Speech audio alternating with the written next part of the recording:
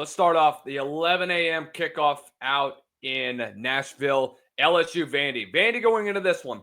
If you were to tell me about 5 years ago at the state of where Vanderbilt was that they'd be favored against LSU, I'd have thought you'd have been crazy. But this is the new reality that we're in. Diego Pavia is playing just as many people expected him to in this Tim Beck offense. And people think, look, he's a great athlete, but I also think what makes Vanderbilt so good is that he works within Tim Beck's system. Having been in that system since New Mexico State, it revolves around him, and it revolves around getting his playmakers the football, spreading the field out, and playing time of possession, and pretty much playing almost a ground and pound type of game. LSU's offense struggling to get off the ground. Defensively, best defense we've seen since the Dave Aranda area. What is going to be the big difference in this football game for both teams to pull out a win? Yeah, I think more of the same for LSU's defense. I think they got to keep doing what they've been doing. They've been hands down one of the best defenses in the country this year. They don't allow you to score, and even last week against South Carolina, they give up a big 70-yard run to one of the running backs.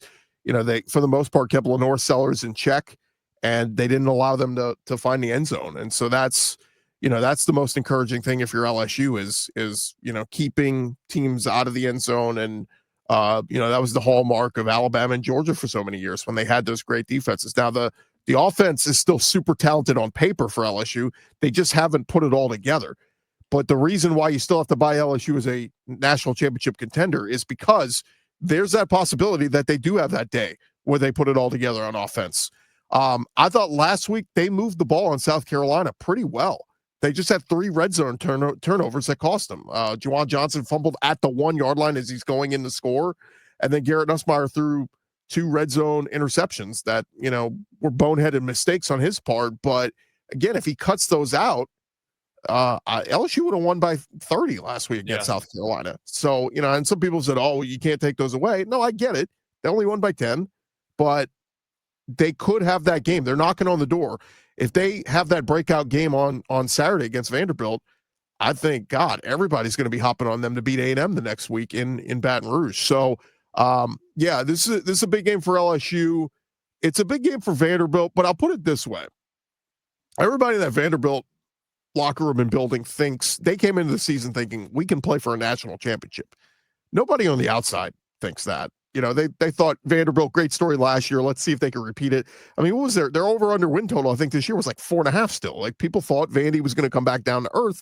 To their credit, Clark Lee's done a phenomenal job of coaching. But I think when you talk about expectations, put it this way. If Vanderbilt goes 8-4, they may throw a parade in Nashville and go, oh my God, what an incredible season. If LSU goes 8-4, we're talking about buyout for Brian Kelly, because that's not the LSU standard. So when I put that out there in like expectations, LSU must win this game. They have to win this game, because if they lose it, that means they have to run the table the rest of the way to make the playoff, most likely. And they're not going to do that. I mean, they got to play at Alabama. They got to play at Oklahoma to finish the season. So LSU, to me, this is a must-win for them. It's an 11 a.m. game. It's probably going to be sleepy. They're going to come out kind of sleepwalking and all this. But I do know a lot of LSU fans are making that trip. So, and Vanderbilt, I'm sorry to say it, their fans have come out to support the team a little bit more this year, but opposing fans still can take over that stadium. So I'd expect LSU is going to travel really well. Wouldn't shock me at all if they're going to have a loud contingent of fans there. But if they go out there and execute, don't turn the ball over, and the offense does what they're supposed to do, I think the defense is going to do enough to keep Diego Pavia in check. I don't think they'll shut him down like they did Lenore Sellers last week. But think about that LSU Vandy game last year. They had some early success, and then LSU kind of put him in a chokehold and just pulled away late. So I'd expect probably the same kind of, narrative for this one. Let's say that Nussmeier has kind of a game that he had in the first half of last year, and even of what you saw over the course of this season, because I've heard it a lot from a lot of LSU media. Is it time to maybe not take him out of the game, but at least give Michael Van Buren a drive? No, I think that ship has sailed. I think you had that chance a couple weeks ago when you were playing Southeastern and Garrett Nussmeier they admitted he was injured. I think now that he's come out of that, then they've said he's actually feeling as healthy as he has all year. Okay. So, And even Clark Lee said this week that on the GPS tracker when Nussmeier took off and ran, they clocked him at 20 miles per hour. So anything that's hampering him, I know he had an ankle injury last week, the torso on the throwing motion, all that. Everybody said the velocity on his throws. Jordan Rogers said the velocity on his throws looked fine. So it seems like Garrett Nussmeier is as healthy as he's going to be. And so I think that narrative's kind of out the window as far as Van Buren. And the fact that they played Nuss injured tells you how much they think of Van Buren. They think he's a nice backup, but not quite ready to throw into an important SEC game. So it's going to be the Nussmeier show. The key for LSU is keep trying to run the football. They've been bad at it to start the season. Caden Durham had some nice runs last week, a little bit more encouraging there. So I'd expect LSU to run the football a little bit better because this offensive line is very green for LSU, but they seem to be getting better each week. And if they continue to mature and grow, I think LSU will run the football a little bit better here in the coming weeks. I expect a heavy rotation between him and Harlem Berry. I think those are your two backs that you're going to rely on throughout the rest of the season. And I think those two should be getting at least per game 10, 15 touches on the field. I think that now that you're at this season, I think LSU limits the amount of touches that you're also getting from the rest of the running back room, and you're limited it to those two backs when it's all said and done. Yeah, people like to bring out the narrative. They're like, oh, LSU didn't run the football against Ole Miss. Like, yeah, Caden Durham was hurt. Like, nobody paid attention that their starting running back was out that game. Jawan Johnson did okay, but I think moving forward with Durham healthy, he's going to get some more confidence going and will run the football better.